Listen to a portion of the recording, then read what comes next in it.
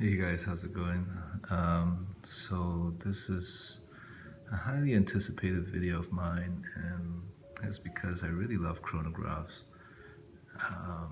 And I've gone through quite a few chronographs, and I've ended up with these three as my favorite chronographs. When it comes to you know chronograph movements, I wanted to make sure that they all featured a column wheel. Uh, they're all column wheel chronographs, and there's a little bit of snobbery, but I just feel that they're worth collecting because they're a little more difficult to make, and they're only reserved for very prestigious brands, or really in the vintage chronographs, right? So, the three I have before you are, right, the Vacheron Constantin Overseas 49140, and of course, needs no introduction, it's Speedmaster and Daytona. Um, of the three, when it comes to provenance and history, and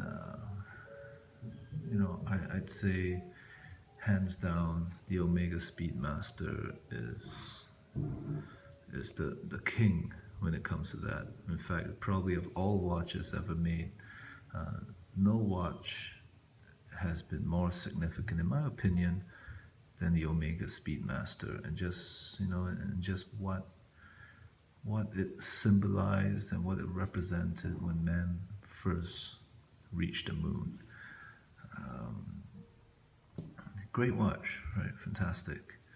And a close second would be the Rolex Daytona, but in terms of importance of the Rolex Daytona, I feel that it's still unmatched to NASA, um, picking this Speedmaster to go up to the moon. Um, yeah, right. And in terms of brand prestige, right? There's no, Vacheron Constantin is part of the Holy Trinity, one of the most prestigious brands ever created by man, and that's why I wanted a chronograph from one of the big three, and I felt that the overseas, the first generation, was just amazing value for money, and in terms of practicality, it I feel it's more, well, I don't use a tachymeter bezel, um, and overseas has substituted a tachymeter bezel for a date function at 12 o'clock. I think a date function is more practical and more usable for my purposes, and therefore, to me, it's a great watch. Um, Not to, right? And let's try, like, push the try let you see we can tell the difference when I press the buttons. So let's start off with the Vacheron.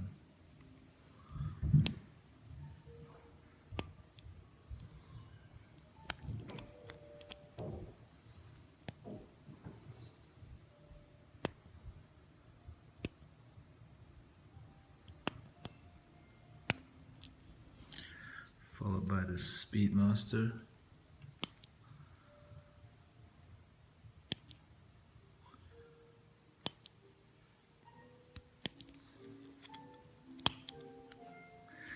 Speedmaster is a little stiff. Maybe it's a vintage watch, but it requires a little bit more strength to push the buttons compared to the other two. Here's the Daytona.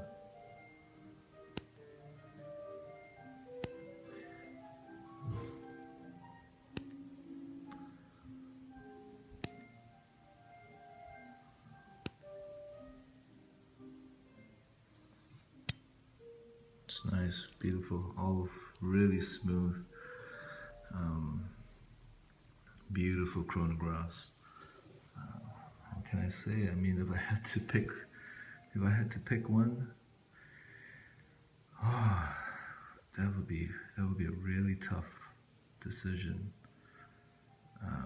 But you know, the Daytona is still worth more than the other two, but not by much, right?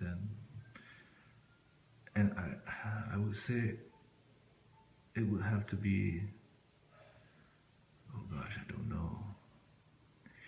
Well, the only thing bad about the Speedmaster is that, you know, it's really not water resistant, and for my lifestyle, I'm pretty active on the water.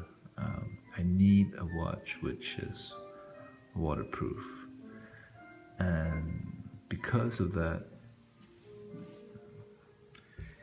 wow, it's really tough.